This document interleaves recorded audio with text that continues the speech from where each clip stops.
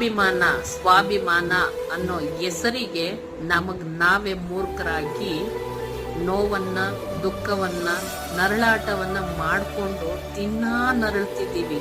ಸ್ವಾಭಿಮಾನ ಅನ್ನೋದು ಹೇಗಿರ್ಬೇಕು ಅಂದ್ರೆ ನಮ್ಮ ಒಂದು ಸ್ವಾಭಿಮಾನ ನಡೆ ನುಡಿನ ಹೇಗಿರ್ತೀವೋ ಹಾಗೆ ನಾವು ಹೇಗೆ ಬದುಕ್ತಿದೀವೋ ಆ ಶೈಲಿಯನ್ನ ಆ ಒಂದು ಜೀವನವನ್ನ ಇಷ್ಟಪಟ್ಟು ನಾವ್ ಹೇಗಿದ್ದೀವೋ ಹಾಗೆ ನಮಗೆ ನೋವೇ ಬರದ ಹಾಗೆ, ನಮಗೆ ಕೋಪನೇ ಬರದ ಹಾಗೆ, ನಮಗೆ ಕೋಪ ಯಾವ ತರ ಕಮ್ಮಿ ಮಾಡ್ಬೇಕು, ನಮಗೆ ನೋವಾಗ್ದಂಗೆ ಹೆಂಗ್ ಬದುಕ್ಬೇಕು ಅಂತ ನಮಗಿಂತ ಮುಂಚೆ ನಮಗ್ ನೋವಾದಾಗ, ನಮಗೆ ಕೋಪ ಬರುವ ಸ್ಥಿತಿ ಬಂದಾಗ ಅದನ್ನ ಹೇಗೆ ತಡೆಗಟ್ಟಬೇಕು ಅನ್ನೋ ಆ ಆಲೋಚನೆಗಳನ್ನ ಇಟ್ಕೊಂಡಿರೋ ವ್ಯಕ್ತಿಗಳ ಜೊತೆ ಅವ್ರು ಯಾವುದೇ ಸಂಬಂಧ ಆಗ್ಲಿ ಬದುಕಿದ್ರೆ ಜೀವನ ಸುಖಕರವಾಗಿರುತ್ತೆ. ಅದನ್ ಬಿಟ್ಟು ಬೇಡದಿರೋ ವಿಚಾರನ ಕೇಳಿತಾರಲ್ಲ, ಅವ್ರಿಂದ ದೂರ ಹೋದ್ರೆ ಒಳ್ಳೇದು.